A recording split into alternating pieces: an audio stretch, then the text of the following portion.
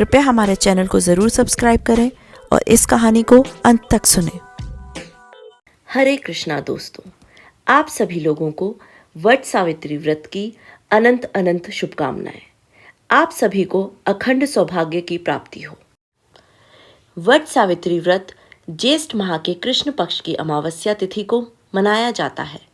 इस दिन विवाहित महिलाएं अपने पतियों की लंबी उम्र और सुखद दाम्पत्य जीवन के लिए वट सावित्री व्रत करती हैं। वट सावित्री व्रत सौभाग्य की प्राप्ति के लिए एक महत्वपूर्ण व्रत माना जाता है। इस दिन विशेष रूप से बरगद के पेड़ की पूजा करना अनिवार्य होता है, क्योंकि धार्मिक मान्यताओं के अनुसार ब्रह्मा, विष्णु और महेश बरगद के पेड़ में निवास करते हैं। अगर आप भी इस व्रत को रखने की योजना बना रहे हैं तो यहाँ जानिए इससे जुड़ी सभी जरूरी जानकारी। आज के इस पावन उपलक्ष्य पर वट सावित्री व्रत कथा आरंभ करते हैं। मद्र देश में अश्वपति नाम के परम ज्ञानी राजा थे। धन वैभव से पूर्ण होने पर भी वे संतान के अभाव में बड़े दुखी रहते थे। राजा ने पंडितों की सलाह से पुत्र प्राप्ति के लिए सावित्री की आराधना की। सावित्री ने प्रसन्न होकर राजा रानी को दर्शन देकर आशीर्वाद दिया और कहा कि तुम्हारे भाग्य में पुत्र तो नहीं है, पर मैं स्वयं कन्या रूप में तुम्हारे यहाँ जन्म लूंगी। इतना कहकर सावित्री देवी अंतर्ध्यान हो गई। कुछ समय बाद रानी के गर्भ से साक्षात सावित्री का जन्म हुआ। राजा रानी ने उसका नाम भी सावित्री ही रखा। सावित्री सर्वगुण संपन्न थी। वह चंद्रमा की कला के समान नित्य प्रति बढ़ने लगी। जब वह विवाह के योग्य हुई तब माता पिता ने उससे कहा कि अब तुम अपने योग्य मनचाहा वर खोज लो। राजा ने उसे एक बूढ़े मंत्री के साथ वर खोजने के लिए भेज दिया। सावित्री यात्रा पर रवाना हो गई। इधर एक दिन अचानक नारद जी मद्र राज अश्वपति से भेंट करने के लिए आए। तभी सावित्री भी अपने लिए वर पसंद करके लौट आई। उसने आदरपूर्वक नारद जी को प्रणाम किया। नारद जी ने उसे विवाह योग्य देखकर राजा अश्वपति से पूछा कि आपने इसके योग्य वर खोजा है या नहीं। राजा ने बताया कि मैंने सावित्री को वर खोजने के लिए भेजा था। वह अभी लौटकर आई है और अब वही बताएगी कि उसने अपने पति रूप में किसे पसंद किया है। राजा की बात सुनकर नारद जी ने सावित्री से पूछा कि तुमने किस वर के साथ विवाह करने का निश्चय किया है। सावित्री ने परम विनम्र होकर हाथ जोड़कर निवेदन किया कि महाराज, राजा घुमसेन का राज्य रुक्मी ने छीन लिया है और वे अंधे होकर रानी के साथ वन में रहते हैं। उनके एकमात्र पुत्र सत्यवान को ही मैंने अपना पति बनाने का निश्चय किया है। सावित्री के ऐसा कहने पर नारद जी ने राजा अश्वपति से कहा कि आपकी कन्या ने वर खोजने में निसंदेह भारी परिश्रम किया है। सत्यवान गुणवान और धर्मात्मा है। वह रूपवान और समस्त शास्त्रों का ज्ञाता है। वह अपने माता पिता के समान सदा सत्य बोलने वाला है। इसी कारण उसका नाम सत्यवान हुआ। जिस प्रकार समुद्र रत्नों की राशि है, उसी भांति सत्यवान सभी सद्गुणों का भंडार है। वह सब प्रकार से सावित्री के योग्य है। वह सब बातों में सावित्री के साथ क्षमता रखता है। इतना कुछ होते हुए भी उसमें एक भारी दोष है, जिसके सामने ये सभी गुण फीके पड़ जाते हैं। वह अल्प आयु है और 1 वर्ष की समाप्ति पर उसकी मृत्यु हो जाएगी। नारद जी के मुख से यह वचन सुनकर राजा अश्वपति का चेहरा उदास हो गया और उनके मधुर स्वप्न नष्ट हो गए। नारद जी के वचन कभी मिथ्या नहीं हो सकते। ऐसा विचार कर उन्होंने सावित्री को समझाया कि ऐसे क्षीण आयु व्यक्ति के साथ विवाह करना कल्याणकारक नहीं है। इसके लिए कोई अन्य वर पसंद कर लो। पिता की बात सुनकर सावित्री ने कहा कि अब मैं शारीरिक संबंध बनाने के लिए तो कभी मन में किसी अन्य पति को खोजने का विचार नहीं कर सकती। कोई भी संकल्प पहले मन में आता है, फिर वाणी से कहा जाता है। कहने के पश्चात उसे करना ही होता है, चाहे वह शुभ हो या अशुभ।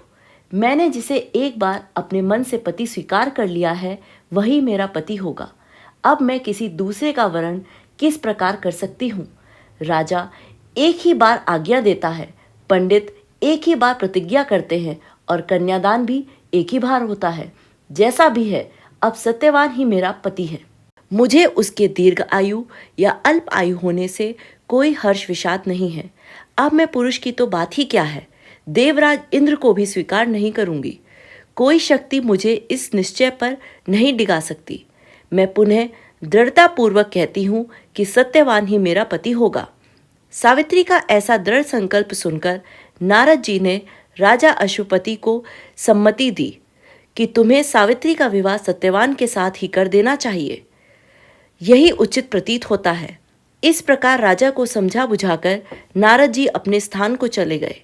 राजा अश्वपति ने भगवान के मंगलमय विधान में विश्वास करके विवाह की समस्त सामग्री इकट्ठा की और कन्या तथा बूढ़े मंत्री को साथ लेकर घुमसेन की तपोभूमि में पहुंच गए। वहां पर घुमसेन अपनी रानी और राजकुमार सत्यवान के साथ रहते थे। अश्वपति ने उनके पास पहुंचकर अपना नाम बताते हुए उनके चरणों में प्रणाम किया। घुमसेन ने अश्वपति के आने का कारण पूछा तो उन्होंने बताया कि मेरी कन्या सावित्री ने आपके सुपुत्र सत्यवान के साथ विवाह करने का निश्चय किया है। मैं भी इससे सहमत होकर विवाह की तमाम सामग्री लेकर आपकी सेवा में उपस्थित हुआ हूँ। राजा की बात सुनकर घुमसेन उदास हो गए और उन्होंने कहा कि अब आप में और मुझ में कैसी समता। आप राजासीन राजा और मैं राज्य भ्रष्ट रंक। इस पर भी हम दोनों अंधे हैं, निर्धन हैं और वन में रहते हैं। आपकी कन्या ने वन के भारी कष्टों को न जानकर ही ऐसा विचार कर लिया है। महाराजा अश्वपति ने कहा कि सावित्री ने इन सब बातों पर भली प्रकार से विचार कर लिया है। वह कहती है कि जहाँ मेरे सास ससुर और पतिदेव निवास करते हैं वही मेरे लिए बैकुंठ है। सावित्री के ऐसे दृढ़ निश्चय को सुनकर घुमसेन ने विवाह की स्वीकृति दे दी। शास्त्र सम्मत रीति से सावित्री का विवाह सत्यवान के साथ करके राजा अश्वपति तो अपनी राजधानी को लौट गए और उधर सावित्री मनचाहे पति सत्यवान को पाकर सुखपूर्वक वन में रहने लगी। नारद जी के वचन हर समय सावित्री के कानों में गूंजते रहते थे। वह एक एक दिन गिन रही थी। उसने जब पति की मृत्यु का दिन निकट आया जाना, 3 दिन पहले से ही उसने उपवास आरंभ कर दिया। तीसरे दिन अपने पितरों का पूजन किया। वही दिन नारद जी ने सत्यवान की मृत्यु का बताया था। रोज की भांति उस दिन भी सत्यवान अपने समय पर कुल्हाड़ी और टोकरी लेकर लकड़ी काटने के लिए वन में जाने लगा तो सावित्री ने स्वयं भी उसके साथ चलने का आग्रह किया। सत्यवान ने उसे माता पिता की सेवा के लिए वहीं ठहरने की सम्मति दी। तब सावित्री अपने सास ससुर से सत्यवान के साथ वन में जाने की आज्ञा ले आई और उसके साथ वन को चलने की तैयारी की।